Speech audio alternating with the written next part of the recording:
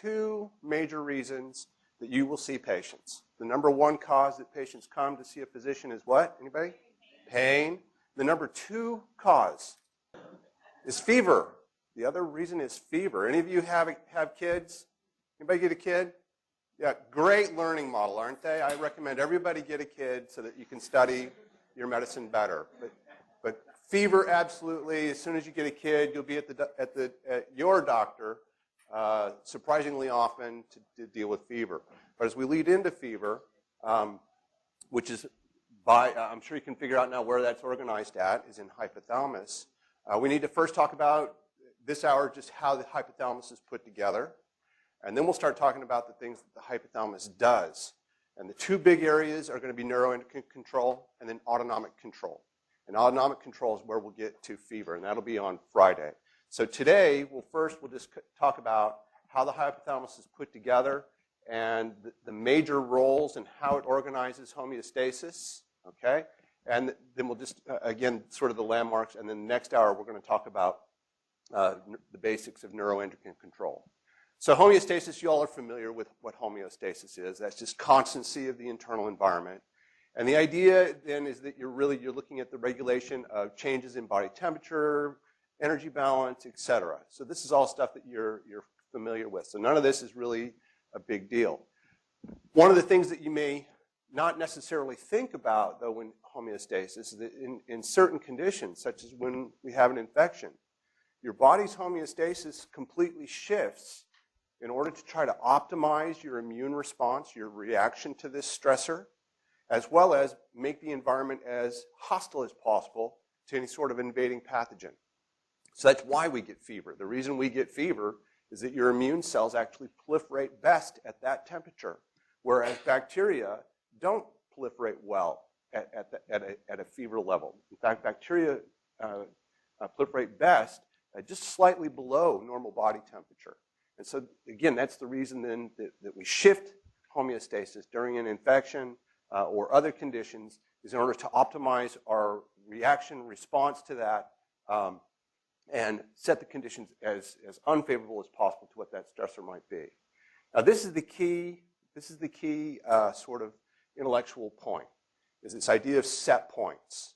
So the reason that your heart beats at whatever rate it is right now is because you have groups of neurons that actually encode that heart rate. And as the system is stressed, where you need more blood flow, then those set point neurons will drive heart rate either faster or slower, depending on what the various condition is. So set points then are basically groups of neurons, okay, that have specific discharge rates that are dedicated to a specific physiological process. So with that, again, coming back to the idea of fever, then we should expect that there's a group of neurons that encode body temperature, okay? And as body temperature needs to increase, then you have sets of neurons that are dedicated. They'll change their firing rate such that body temperature will be allowed to increase. The way that's done is by simply increasing autonomic tone, okay? We'll get to that. The reason the hypothalamus then is sort of considered like the chief center for homeostatic control is because this is where the greatest concentration of nuclei with these set point neurons are. So that's why we're talking about hypothalamus first. So then sort of diagrammatically, this is how we have it. So we have the hypothalamus sort of sitting here, encoding all these set point neurons, and then by controlling the autonomic nervous system and the neuroendocrine system, then we can modulate the way peripheral target tissues operate. And of course, then those tissues need to provide feedback back to the hypothalamus so the hypothalamus knows what's going on out there in the periphery. And then as well, we have limbic brain nuclei that send strong inputs into hypothalamus. So we all know that emotional states have really profound impacts on both autonomic function as well as neuroendocrine function. So if someone's under stress a lot, right, we all are very familiar with the idea that stress leads to, first of all, you can usually see people have straggly hair and, they're all oily and greasy, right? This was you guys last week, right? Is the exams coming up, okay? So then again, that's just that ramped up autonomic control, that ramped up neuroendocrine outflow is again driven by emotional inputs coming into hypothalamus. And then if you have any sort of outside stressors, okay, can directly activate, so infection in the periphery, stress, again, registering into your limbic brain can alter the way the hypothalamus works, or body temperature changes would directly affect hypothalamus. So any of these stress stimuli will, again, sort of be integrated in hypothalamus, and then we'll change these output pathways then to try to restore things back to a homeostatic balance. Okay, hemisected brain. And what we're going to do is we're going to zoom in on this section, because that's where the hypothalamus we're going to see is. You all are already familiar. That is not a baby. That's a monkey. And so just sort of cutting away all the extra brain and then putting some outlines on all of this, because you're going to see this diagram again and again, so I wanted you to see where it comes from. We then can start talking about boundaries of the hypothalamus. So first we'll do it diagrammatically, and then we'll go back and we'll look at this in sections of the brain. So boundaries. The superior boundary is the hypothalamic sulcus. The hypothalamic sulcus is the rostral continuation of the sulcus limitans. And so if the hypothalamus sits ventral to the sulcus limitans, what's that basically tell you the hypothalamus is? What type of structure is that? What sits below the sulcus limitans?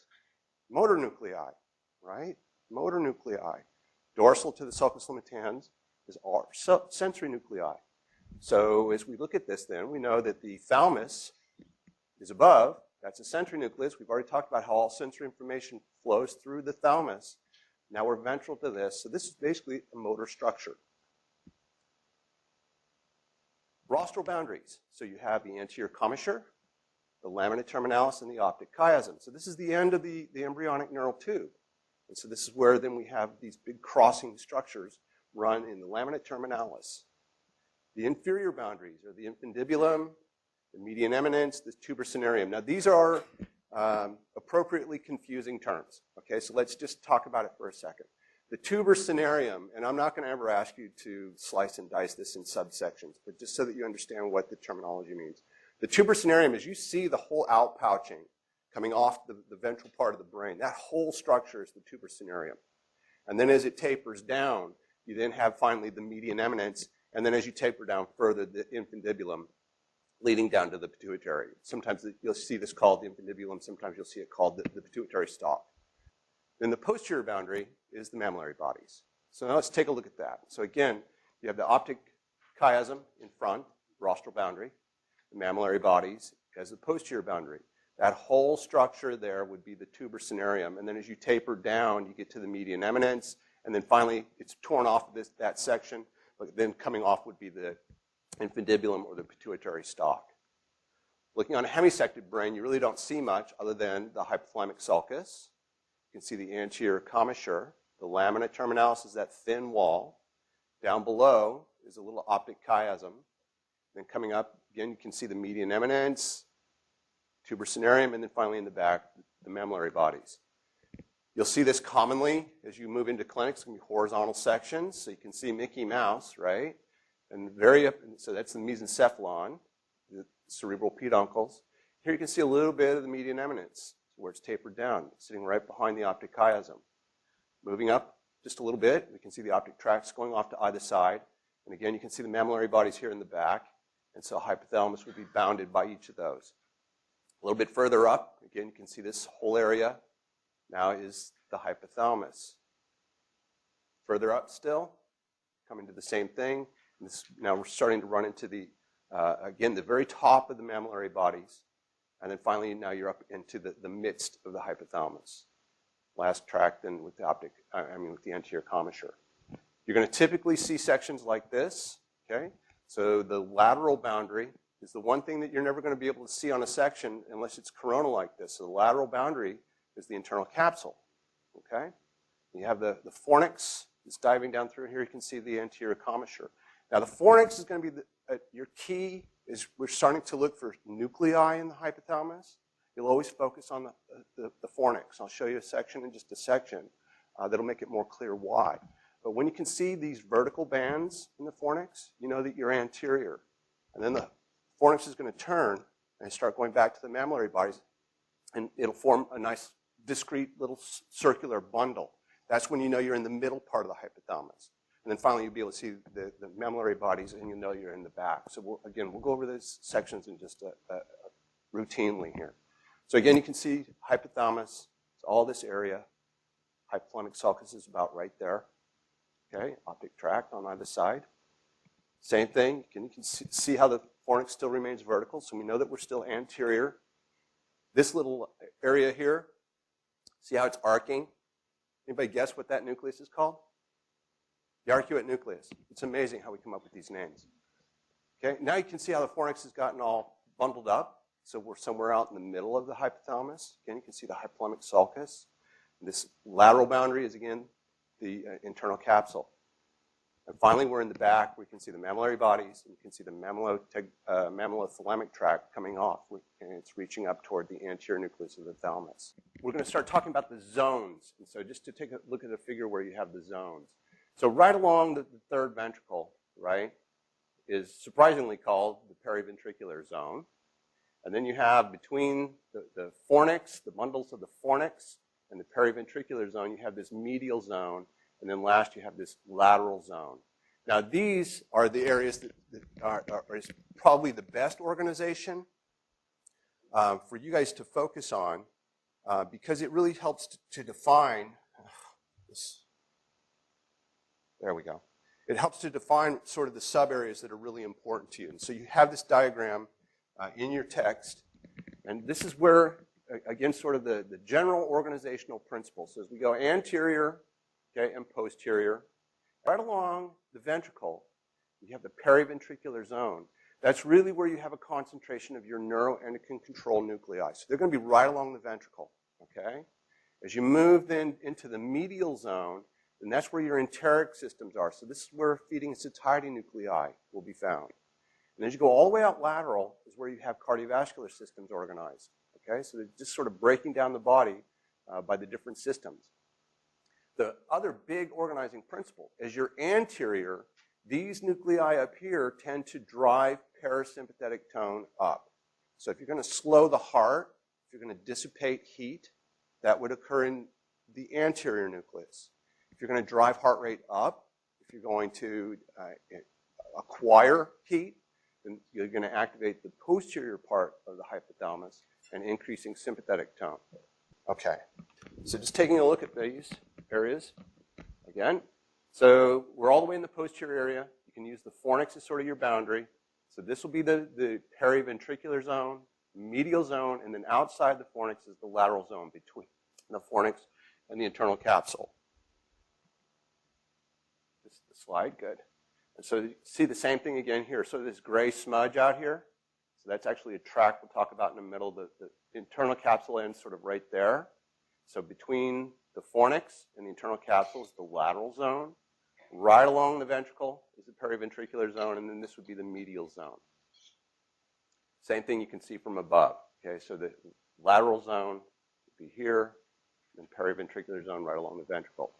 So the regions now is sort of is the old way that sort of the hypothalamus was organized, and it's not terribly helpful as far as what the principles of organization are, other than it kind of gives you an area where you can sort of cluster some of the nuclei. So the regions are referred to as the anterior, the tuberal, which is over the tubercinarium, and then the posterior zone. So just taking a look at those real quickly here on a horizontal section, you would have the anterior zone, sort of the tuberal zone, and then the posterior zone. Now, how it's more helpful is when you consider what nuclei are in those. So as you look at the anterior zone, a lot of the big nuclei that we're going to talk about again and again, the periventricular nucleus. If there's one nucleus you definitely want to keep, you have to trade away all the rest of your hypothalamic nuclei and only keep one. You want to keep the periventricular nucleus. We'll talk about this several times. Anterior, preoptic, suprachiasmatic, this is circadian rhythm. We'll talk about this in a second. Supraoptic nuclei. These are all either involved in autonomic control or neuroendocrine control. Then have the dorsomedial, ventromedial, and arcuate. We're going to learn that all of these are involved in a big way in feeding satiety.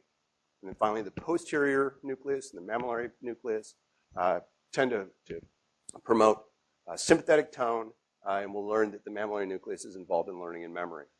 So the circuitry. Now, one different thing about the hypothalamus than you're used to is that we're going to have neural connections. You're used to that. But now there's also going to be humoral connections. So part of the way that the hypothalamus gains its information is by sort of tasting the blood, tasting the body fluids. And so the neural connections then are going to be involved. We're going to learn about the limbic circuits, the sensory autonomic circuits, and then, of course, the neurohumoral connections. So this is a map I drew out for you, all the relevant, important spots that you need to know. And the straight line means it's a two-way street. Okay, so the main pathway that interconnects the hypothalamus is the medial forebrain bundle. Okay, and again, it's a two-way street running all the way from cortex down to spinal cord. And so information flows both ways up and down this pathway. Take a look at that in a second. You're going to see components of the circuit of Papes. This is where we're going to talk about. You're going to hear a lot about this in the limbic circuitry. Again, part of it is a two-way street. The fornix actually is a bidirectional pathway. Other parts of this circuit are actually in a straight line. The stria terminalis, you guys have seen this many times. This is one of my favorite names in the central nervous system. The ventral amygdalofugal pathway. I just think that sounds cool. I don't know why. It's really neat. Interconnecting the amygdala with the hypothalamus. Dorsal longitudinal fasciculus, we're going to learn that that's probably the most important pathway for the control of the autonomic nervous system. We'll come back to that. There's a mammato-tegmental and a mammallospinal tract, as well as a hypothalamic spinal tract. Okay? And then there's a spino-hypothalamic tract. So anybody guess where can you tell me in the spinal cord where you think that spino-hypothalamic tract might be? Where do you think that might be? Where does it run? Anybody? Runs right along with the spinothalamic tract. Okay? It's just as the spinothalamic tract comes up and it starts to approach the diencephalon, part of the fibers just die ventrally and run down into the hypothalamus. So it all runs in that anterior lateral part of the spinal cord. And then last, we're going to talk about the retinohypothalamic tract here at the end of the day today, or actually the end of this hour today, which we're going to find is involved in circadian rhythms. So just taking a look at some of those pathways. So here you can see the fornix. Probably a guy fornix because it's reaching back and grabbing those mammillary bodies. It's nasty. You can see the anterior commissure. And see how the fornix is your anterior? The fornix has this vertical orientation. And so as you cut it coronally, it's going to have those longitudinal stripes to it. As it turns then and starts going back through this, the tuberal portion of the hypothalamus, see how it turns and gets organized into these straight bundles? And then finally, as you see the mammillary bodies, you know you're all the way in the posterior area. So again, you can key on the fornix to tell you where you are, rostral, medial, or all the way to the back of the hypothalamus. Okay, and then I just put this in because you can see nicely how the mammillothalamic tract comes up to the anterior nucleus of the thalamus. Looking again, coronal section. So we have you can again see the internal capsule. Here's the hypothalamic sulcus. And so you can see this gray smudge out here is where the medial forebrain bundle will run, is in this lateral area of the hypothalamus, has that gray smudge color to it because of the medial forebrain bundle. The ventral amygdalofugal pathway runs right through this. As you look at the brain, you would call this the anterior perforated substance. You can see the optic tract, and again, sort of the arcuate nucleus, the median eminence down below.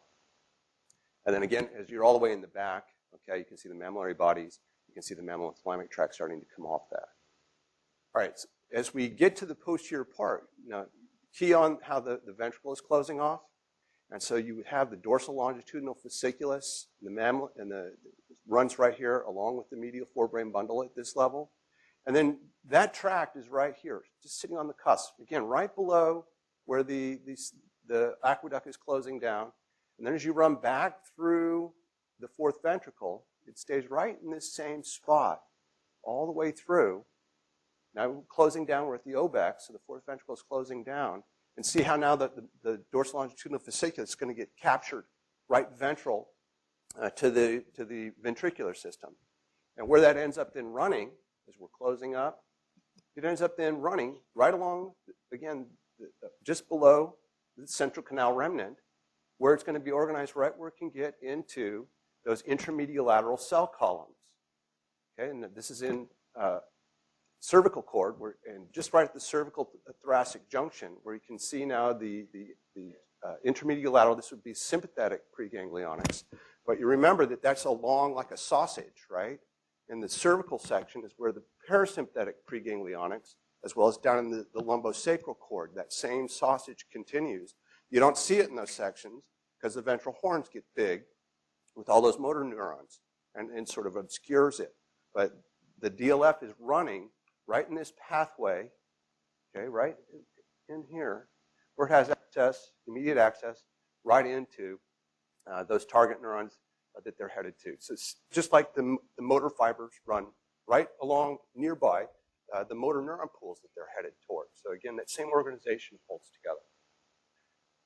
Okay, looking at the circumventricular organs. Now, circumventricular organs, again, this is where now the hypothalamus is going to taste sort of the extracellular fluid, sort of monitoring then what the osmolality is, what your blood sugar is, et cetera. So these are just fenestrated endothelial cells are in this area, and so the blood-brain barrier is leaky. And so your hypothalamus then can collect information coming from these different areas. Again, one of my other favorite terms, the organum vasculosum. That sounds like it should be naughty, but it's just the anterior part of the lamina terminalis where it's leaky, okay? You also have a leaky area in the median eminence. You're gonna learn that this site is a key site for the entry of endogenous pyrogens, things that give you fever, tend to come in through this organum vasculosum. The median eminence is leaky, and that's where neuroendocrine inputs and feeding and satiety, bloodborne inputs, access into the hypothalamus. The subfornical organ is, again, that one is like a nasty name. You know, what is coming up with this stuff? But we're going to find that things like angiotensin and blood osmolality are sensed in this structure.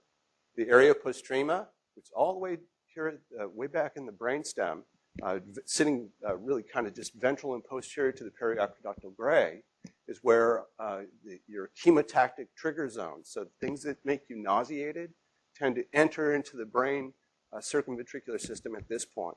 And then last, the pineal gland, which we're going to hear in just a little bit, is related to circadian rhythms. And so all of these leaky areas, they may interact with different nuclei, but all those signals ultimately either completely humoral or sometimes neurally mediated end up being integrated in the hypothalamus.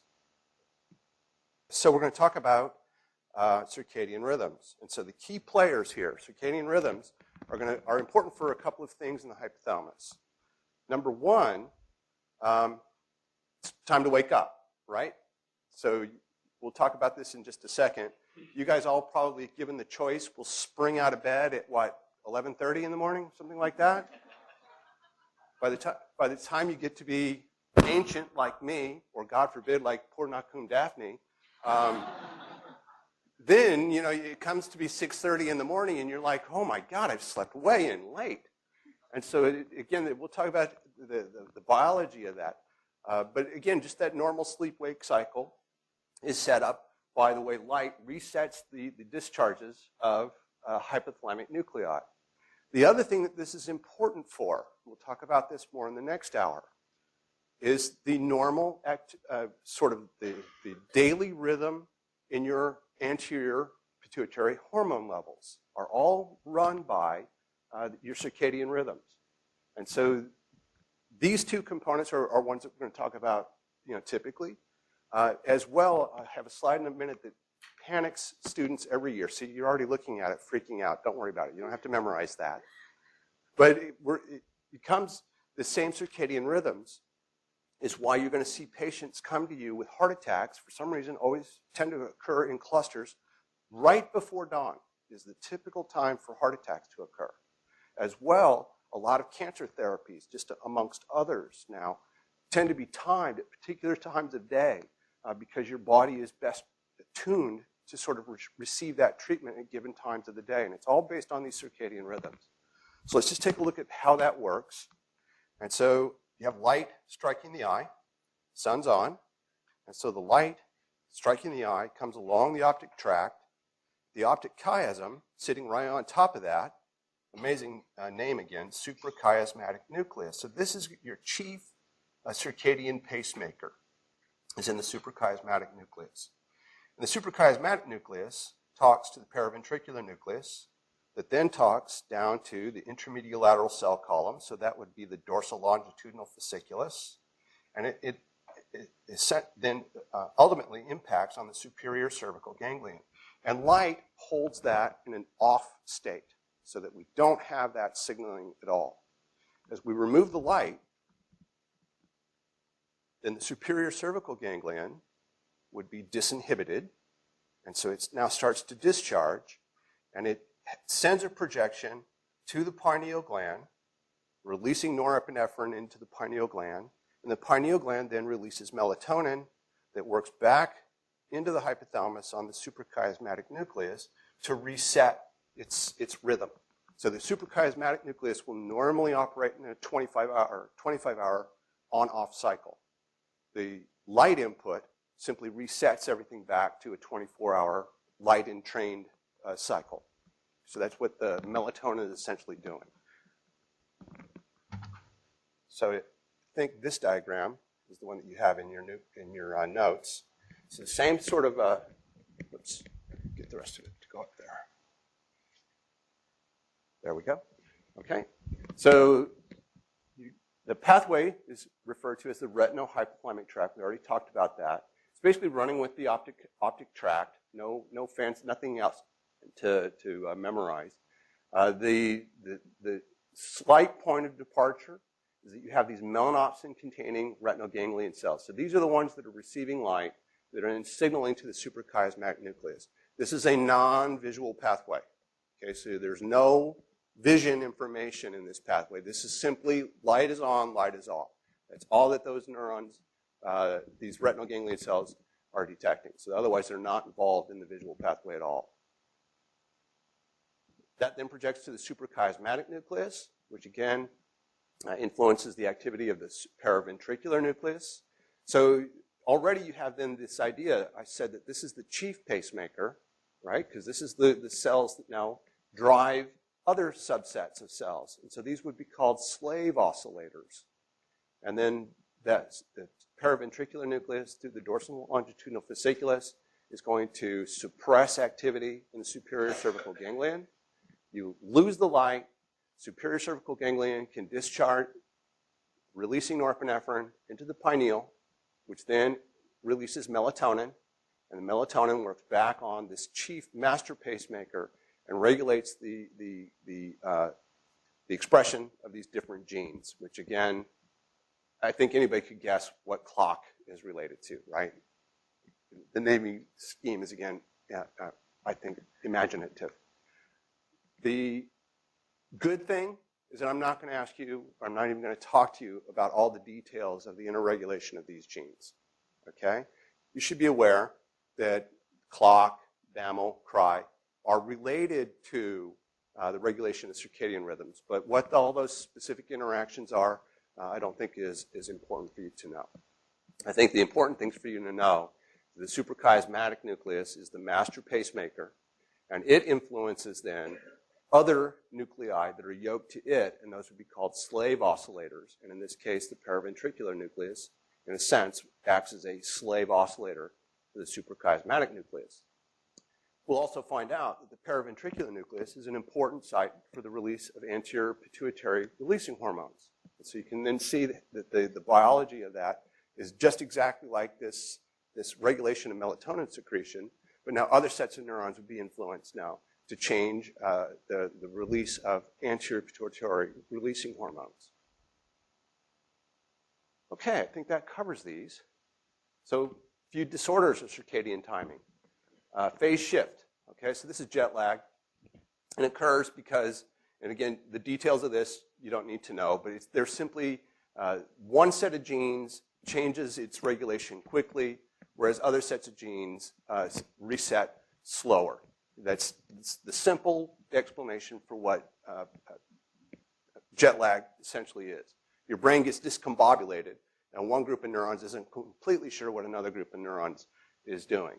I found that anybody ever do it, a good deal of travel? How many have traveled, flown to Europe a couple of times? What's the best way to reset your clock? Do you know? Stay awake. Stay up in the light, and you'll reset your pacemaker, okay? If, God forbid, you get off the plane, you go to your hotel, and you go to sleep, you're going to be ruined for the entire week. So stay awake. So jet lag is cured by light. We were talking about delayed sleep phase syndrome. You guys aren't teenagers anymore, but you're barely past that, I think, most of you. And so, yeah, jumping out of bed at the spry hour of 11:30 is again, simply because the whole light-dark cycle signaling in these genes simply becomes shifted so that your body thinks that it's time to wake up at 10:30 and stay up till 2, and then wake up, again, with a change in the way your body's regulated to light. And then as you get older, right, all of that falls apart. And now, it's 9 o'clock. I got to go to bed. Right? So it's just the change in the way light influences the way the whole pacemaker system works. And then you can have entrainment failure. Sometimes occurs in the blind. Now, this is the slide that, again, sort of freaks everyone out every year. I'm not going to ask you, what are you most predisposed to die of at 5:30 at night, okay? Don't worry about that. But again, the main concepts here are exactly what we've just talked about. Your hypothalamus is changing the way it's functioning based on this light input in circadian rhythms. So that means that neuroendocrine levels are changing with the day as well. Your autonomic tone is changing through the day. Okay? Your body temperature changes through the day. And with all of those variables in place, that means that you have chronomorbidities. So things like, where is it? Heart attacks, right? Right at dawn. Start getting up, moving around, is what I always thought. But in fact, what you'll find is if you do real careful studies, your blood pressure actually hits a little spike early in the morning. And a lot of the activating hormones are all released early in the morning. So, and these seem to be related then to these cardiac-related symptoms or problems or death. Okay? Later in the evening, this actually is the time when pain seems to be worst, right, as people want to go to sleep. Your pain-limiting systems all turn off. But as well, at this later time in the afternoon, anybody, an athlete? How many athletes do we have here? Or at least believe that they're athletes. When is your peak performance? Anybody know when is peak athletic performance in the day? It's about 5 p.m., not 7 a.m. Peak athletic performance is in the evenings. Okay, so that's it for the sort of the structure. So again, let's just then cover what the main points are. Because these are the softball questions. This is where you guys are just going to knock the ball out of the park when you come to the exam, right? The nice, easy, I was alive in there, so I got all this right. So the boundaries. Boundaries of the hypothalamus. The dorsal boundary. Anybody remember what the superior or dorsal boundary is? Hypothalamic sulcus. And the hypothalamic sulcus is the rostral continuation of the sulcus limitans. I won't ask you that. I want you to know that the hypothalamic sulcus is the superior boundary. Okay? It's minutia that it's the rostral continuation of sulcus limitans. But that does tell you then that the hypothalamus is what kind of structure? Is it a motor structure or a sensory structure? It's a motor structure because it sits ventral to the sulcus limitans, so the hypothalamic sulcus. The anterior boundary is the optic chiasm, the anterior commissure, and between those two is the lamina terminalis. That's the end of the rostral, the embryonic neural tube, okay? The ventral boundary is basically the bottom of the hypothalamus, okay? So the big structure would be the tuber cinereum, and that tapers down into the median eminence, and then that would taper down further into the infundibulum or the pituitary stalk. The posterior boundary is the mammillary bodies. So what is the one structure you cannot see unless you coronally section or horizontally section the brain? The lateral boundary, which is the internal capsule. Okay, so those are your boundaries. The rostral end of the hypothalamus drives tone in what component of the autonomic nervous system? Parasympathetic. The posterior part of the hypothalamus drives sympathetic tone. Okay, so we'll come back to that as we get to both feeding and satiety, and especially the control of body temperature. And then we have the different zones. So the paraventricular zone, we're going to find is related to neuroendocrine control. The medial zone is really where you're going to find nuclei related to control of enteric systems. And then the lateral zone is related to cardiovascular tone. And then last, we talked about just circadian timing. The chief pacemaker is what nucleus? Suprachiasmatic, okay? Suprachiasmatic nucleus. Then any of the other nuclei that are responding to the suprachiasmatic would be considered a slave oscillator, okay?